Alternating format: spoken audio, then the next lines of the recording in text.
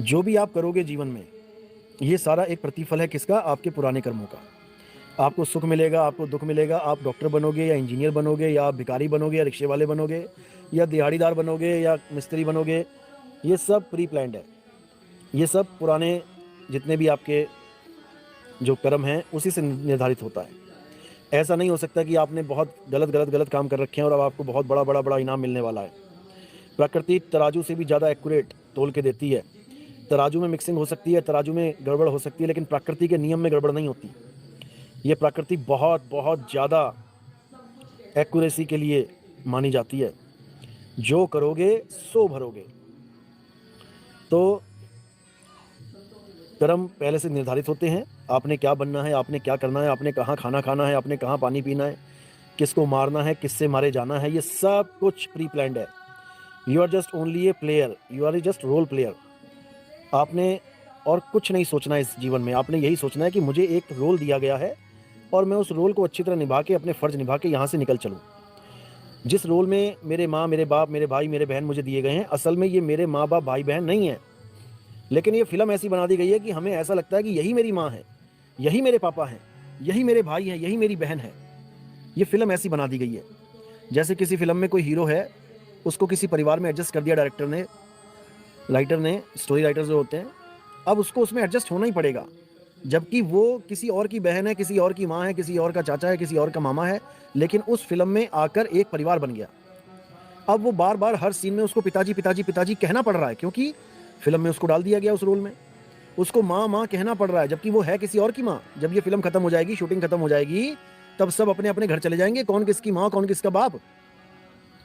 एक ही हीरो की आप 10 फ़िल्में देखोगे, उसमें 10 प्रकार के माँ और बाप दिखाई दे जाएँगे आपको। बस ऐसे ही समझ लो, ये आपका एक जीवन है, आपको एक रोल प्ले करने के लिए यहाँ भेजा गया है। और इस जीवन का जो मकसद है वो ये नहीं है कि मूर्तियाँ पूजो जाके मंदिर में या 5 टाइम की नमाज़ें पढ़ो मस्जिद में, ये नहीं है। अच्छी तरह समझ लो इस बात को, ये मत सोचना मैं किसी का विरोध कर रहा हूँ। ना तो मंदिर जाना हमारा मकसद है जीवन का, ना ही मस्जिद जाना हमारा मकसद है, ना गुरुद्वारे जाना और ना चर्च जाना। लेकिन हमें शुरुआती पढ़ाई पढ़ने के लिए वहाँ जाना ही पड़ता है। जैसे आज आप डॉक्टर हो, इंजीनियर हो, आप आज साइंटिस्ट हो, तो आपका मकसद ये नहीं था कि आप एलकेजी की क्लास में ही बैठे रहो सारी उम्र, या आप नर्सरी में जाना आपका मकसद था डॉक्टर बनना, आपका मकसद है इंजीनियर बनना। लेकिन हमें मजबूरी में जाना पड़ता है वहाँ पर, क्योंकि हमारा बेसिक ज्ञान वहीं से क्लियर होता है। इसलिए कोई हिंदू है मंदिर जाता है, अच्छी बात है, भगवान भगवान कर रहा है। कोई सिख गुरुद्वारे जाता है, अच्छी बात है, वाहिगुरु वाहिगुरु कर रहा है। कोई मुसलमान मस्जिद जाता है, अच्छी बात है, अल्लाह अल्लाह कर रहा है। कोई ईसाई चर्च जाता है, अच्छी बात है, गॉड गॉड कर रहा है। लेकिन सारी उम्र अगर तोते की तरह रटा हुआ सामान बार बार वही बोलते रहे, ईसाई वही प्रेयर बचपन से लेके मरते दम तक बोलता रहा, तो क्या पाया उसने? वही 5 टाइम की नमाज बचपन से लेके बुढ़ापे तक नमाज पढ़ी और अंत समय में फिर मरते मरते डर रहे हैं, क्या पाया उसने सारे जीवन में? वही हनुमान चालीसा, वही शिव चालीसा, वही आरतियां बचपन से लेके बुढ़ापे तक गाते रहे मंदिर में। अंत में फिर बचा लो डॉक्टर साहब बचा लो। फिर क्या पाया अंत में? इसी को समझाया जा रहा है। जिसको पाना है वो ये आरतियां नहीं है, ये नमाजें नहीं है।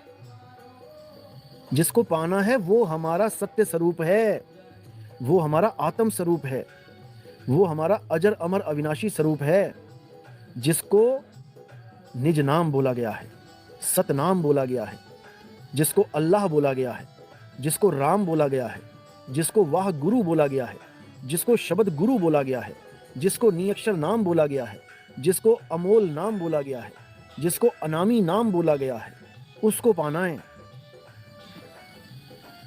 नहीं तो जीवन बर्बाद हो जाएगा।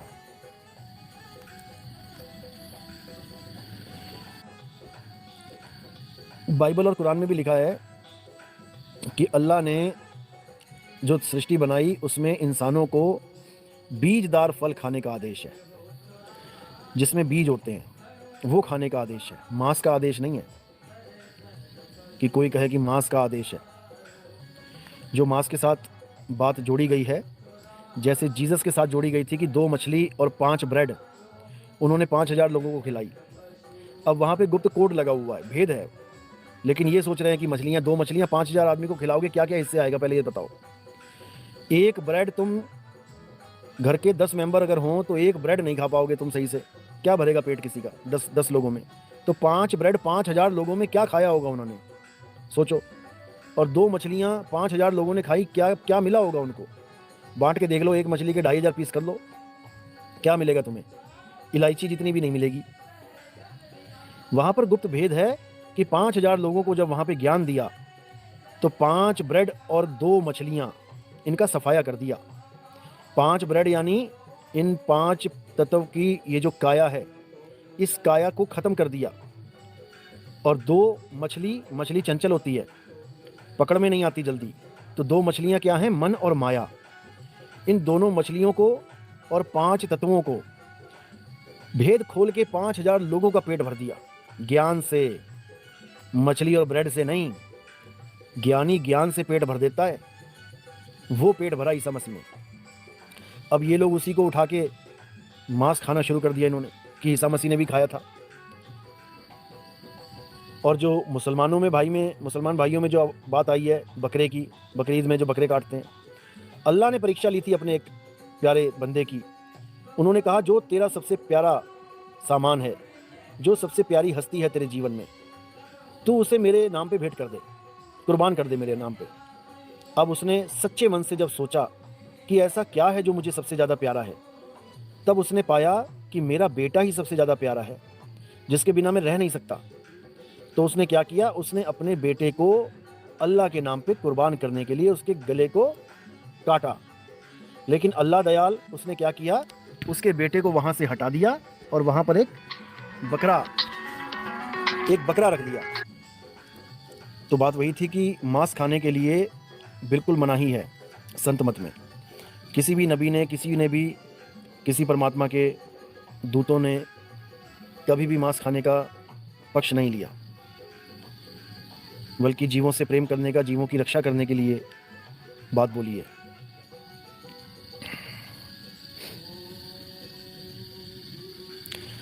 चक्रों के वाइब्रेशन के बारे में कुछ प्रकाश डालिए।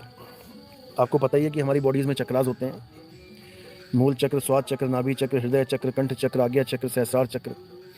इन चक्रों के कारण ही आपके सारे जितने भी आपके बॉडी में कोई भी परिवर्तन होता है, कोई भी आपकी बॉडी में हार्मोनल डिसबैलेंस होता है या हार्मोनल एक्टिविटीज़ होती हैं, वो सब इन्हीं चक्रों के कारण होती हैं। और आपके जीवन में जो बीमारियां आती हैं वो भी इन चक्रों के डिसबैलेंस होने से ही आती हैं। बहुत से ऐसे लोग हैं जो इन्हीं चक्रों को बैलेंस करते हैं। 1 मिनट रुकिए जरा। तो इन चक्रों से ही सब कुछ हो रहा है आपके बॉडी में। इन चक्रों को हमेशा बैलेंस में रखना चाहिए, लेकिन इन चक्रों की साधना नहीं करनी चाहिए। अगर ये आपके चक्र एक्टिवेट हो गए तो ये वाइब्रेट करने लग जाते हैं। गुदा से लेके सहस्रार तक जितने भी चक्र हैं, ये सब वाइब्रेशन के ही स्रोत हैं। बॉडी में जो वाइब्रेशंस होती हैं, बहुत से गुरु इनको एक्टिवेट करने के लिए मंत्रों की साधना, ध्यान योग, क्रिया योग, प्राण योग, बहुत कुछ करवाते हैं। सहज योग को छोड़ के सब कुछ करवाते हैं, हठ योग, और इसको एक्टिव करके भ्रम में डाल देते हैं कि अब आपको परमात्मा मिल गया, अब आपको सब कुछ मिल गया, जबकि मिलता कुछ भी नहीं है। केवल आपकी परछाई को ही पकड़ा देते हैं। ये परछाई है, ये काया माया है, इसमें नहीं उलझना है। इस काया में जितने भी यंत्र लगे हैं वो केवल दुनियादारी को चलाने के लिए लगे हैं। आंखें दुनियादारी के लिए, कान दुनियादारी के लिए, नाक दुनियादारी के लिए, मुंह, होंठ, सब दुनियादारी के लिए। इसी प्रकार ये चक्रास भी दुनियादारी के लिए ही हैं। आत्मिक दृष्टि के लिए चक्रों की कोई ज़रूरत ही नहीं है। इन चक्रों में जो भी उलझा आज तक, वो घन चक्कर बन गया। इन चक्रों में नहीं जाना है। कई आज्ञा चक्र में ध्यान लगाते हैं, आंखों के पीछे नहीं लगाना है। वहाँ परमात्मा नहीं बैठा है, वहाँ मन बैठा है। निज मन करत जहाँ ठकुराई, सो नैनन पिछवाड़ा है। तो इन लोगों ने बहुत भरमा लिया दुनिया को। अब सत्य को राह को अपनाना है और सत्य को समझ जाना है, और कुछ नहीं करना।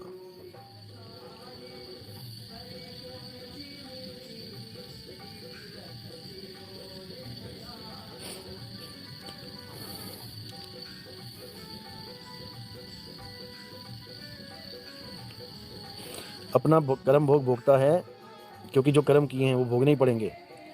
पिछले कर्मों की वजह से ही अगले कर्म बनते हैं। गुरुजी जैन समाज के, जिसको जैनी लोग पूछते हैं, जिसको भगवान महावीर कहते हैं, उनके बारे में प्रकाश डालिए गुरुजी। वो कैसी साधना करते थे? ये सब जीववादी थे, जीव को ही परम सत्ता मान के आगे बढ़े हैं।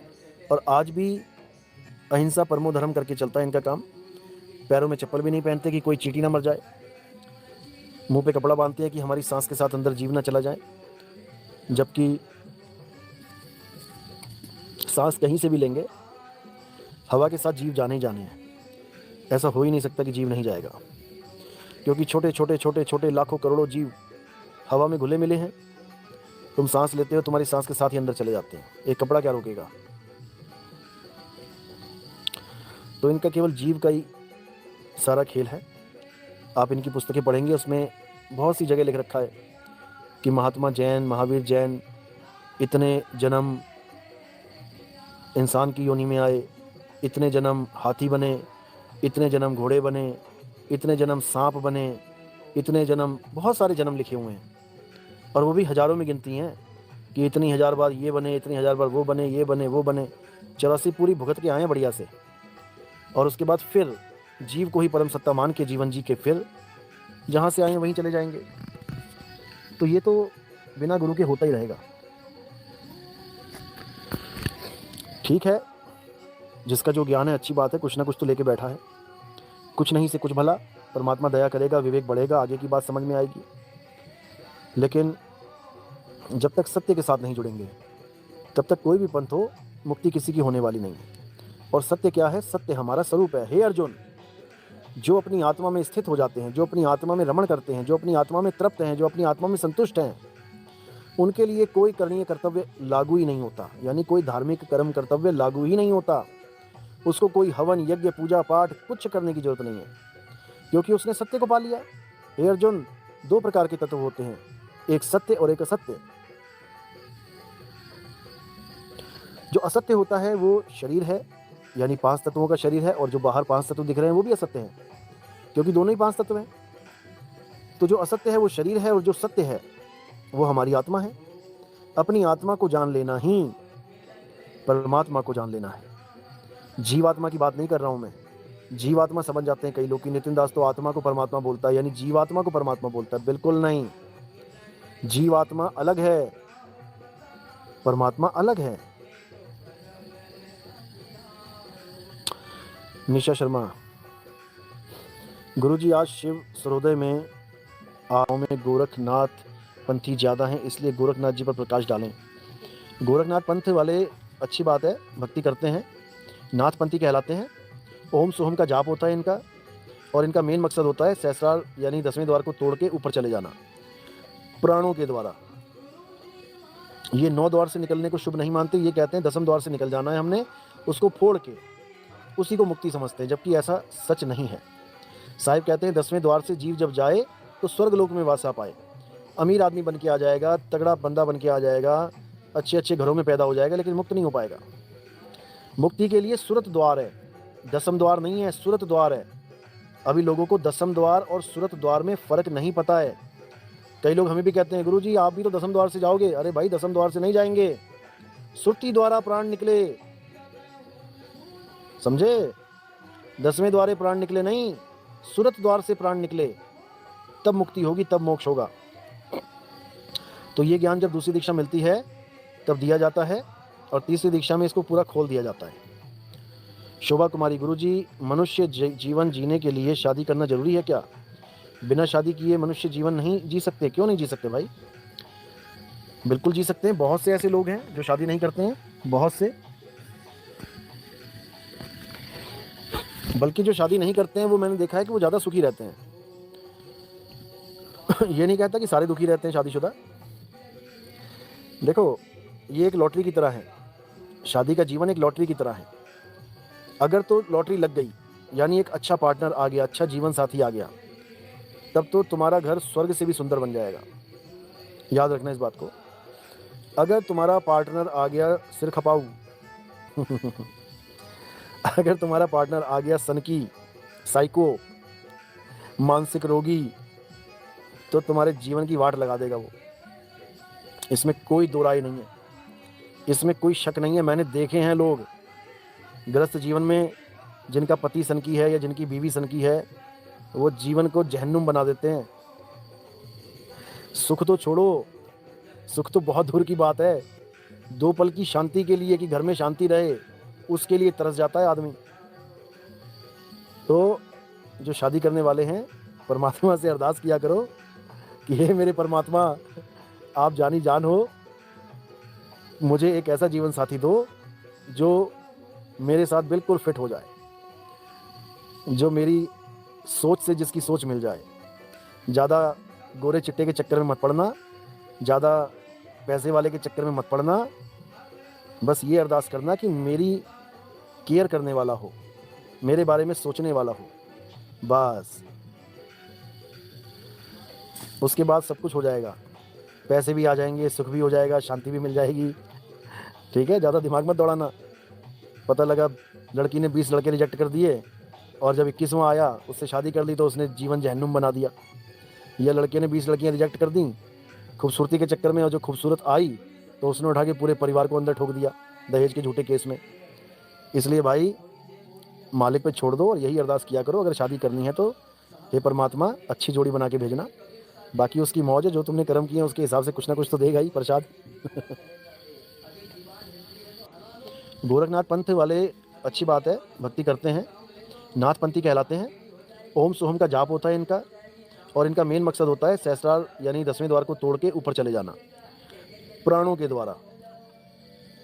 ये 9 द्वार से निकलने को शुभ नहीं मानते, ये कहते हैं 10वें द्वार से निकल जाना है हमने, उसको फोड़ के उसी को मुक्ति समझते हैं, जबकि ऐसा सच नहीं है। साहिब कहते हैं 10वें द्वार से जीव जब जाए तो स्वर्ग लोक में वास आ पाए, अमीर आदमी बन के आ जाएगा, तगड़ा बंदा बन के आ जाएगा, अच्छे अच्छे घरों में पैदा हो जाएगा, लेकिन मुक्त नहीं हो पाएगा। मुक्ति के लिए सुरत द्वार है, 10वें द्वार नहीं है, सुरत द्वार है। अभी लोगों को 10वें द्वार और सुरत द्वार में फ़र्क नहीं पता है। कई लोग हमें भी कहते हैं गुरुजी आप भी तो 10वें द्वार से जाओगे। अरे भाई 10वें द्वार से नहीं जाएंगे, सुरती द्वारा प्राण निकले, समझे? 10वें द्वारे प्राण निकले नहीं, सुरत द्वार से प्राण निकले, तब मुक्ति होगी, तब मोक्ष होगा। तो ये ज्ञान जब दूसरी दीक्षा मिलती है तब दिया जाता है, और तीसरी दीक्षा में इसको पूरा खोल दिया जाता है। धार्मिक मानते ही नहीं। बकरी पाती खात है ताकि काडी खाल, जो जन बकरी खात है उनका होगा क्या हाल। बकरी तो केवल पत्ते खाती है तो तुमने उसकी खाल उतार दी। अब तुम बकरी खा रहे हो तो तुम्हारा क्या हाल होगा, तुम्हारी हालत खराब कर देगा काल भगवान। याद रखना इस बात को। कर्मों का फल मिलता ही मिलता है। गले का बदला गला, घूंसे का बदला घूंसा, गोली का बदला गोली।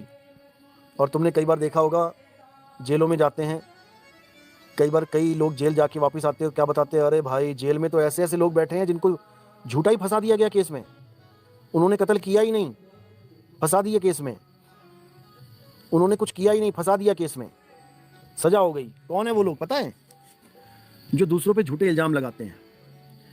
जो लोग दूसरों पे झूठे इल्जाम लगाते हैं बिना किसी सबूत के, उनको अगले जन्मों में या इसी जन्म में भी हो सकता है, वो भी झूठे इल्जाम में सीधे जेल की हवा खाते हैं और फिर रोते हैं, गिड़गिड़ाते हैं, हे भगवान मुझे झूठा क्यों फंसा दिया, मैंने क्या गुनाह किया था। बेटा जब तू गुनाह कर रहा था तब तू सोच नहीं रहा था कि मैं क्या कर रहा हूँ। झूठ पे झूठ बोल के किसी को बदनाम करना, किसी पे झूठे इल्जाम लगाना, ये तुम अपने कर्म बढ़ाते हो। कभी गलती से भी किसी पे झूठा इल्जाम मत लगाना, नहीं तो पूरी पूरी उम्र जेल में काटनी पड़ेगी। जितना दुख तुम उसको दे दोगे, जितनी बड़ी तुम उसकी बदनामी कर दोगे, तुम्हें उतना ही बड़ा पहाड़ तोड़ना पड़ेगा जेल में, याद रखना। इसलिए अपने कर्म हमेशा साफ रखो, अपने कर्म बिल्कुल साफ सुथरे रखो। कर्म साफ रहेंगे ऑटोमेटिकली तुम्हारा जीवन सुखी हो जाएगा। ये जितने भी बाबाओं के पास भीड़ आ रही है ना, बाबा जी मैं दुखी हूँ, बाबा जी मैं दुखी हूँ, बाबा जी, अरे तुम्हारे ही कर्म है जो तुम दुखी हो, और बाबा के पास कोई मंत्र नहीं है जो तुम्हें सुखी कर दे। बाबा तो खुद दुखी हैं बेचारे। एक ही मंत्र है सुख का इस 3 लोक में। तुम कर्म अच्छे करना शुरू कर दो, बिना मतलब के लोगों की मदद करना शुरू कर दो, बिना स्वार्थ के, फिर देखो तुम्हारे जीवन में क्या बदलाव आते हैं। तुम्हें ऐसे ऐसे सुख मिलने लग जाएंगे, तुम कहोगे अरे बाप रे बाप, मैंने तो कुछ किया ही नहीं था, ये अपने आप कैसे हो रहा है सब कुछ। बड़ी बड़ी मुसीबतें आएंगी और ऐसे छू मंतर हो जाएंगी, परमात्मा ऐसी दया करेगा।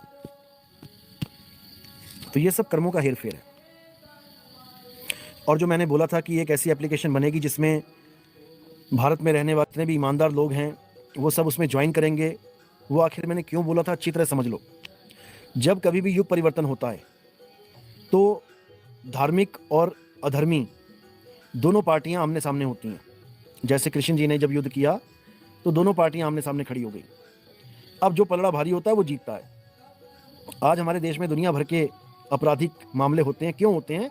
क्योंकि अपराधी एकजुट हैं, अपराधी एकजुट हैं, और जो अच्छे आदमी हैं, जो ईमानदार हैं, वो सब अलग अलग हुए पड़े हैं। इसलिए हमें लगता है कि जितने अपराधी हैं ये मजे से घूम रहे हैं, ये तो मजे कर रहे हैं, और जितने ईमानदार हैं वो बेचारे परेशान हैं, धक्के खा रहे हैं, डिपार्टमेंट में उनके तबादले हो रहे हैं। एक अच्छा ऑफिसर आता है, थोड़ा सा अच्छा काम करता है शहर में, पता लगता है दूसरे दिन तबादला हो गया उसका। ऐसी जगह ले जाके डाला उसको किसी गांव में, बीहड़ में, जहां पर बेचारा घर से ऑफिस तक पैदल जा रहा है 10-10 किलोमीटर। क्यों होता है ऐसा?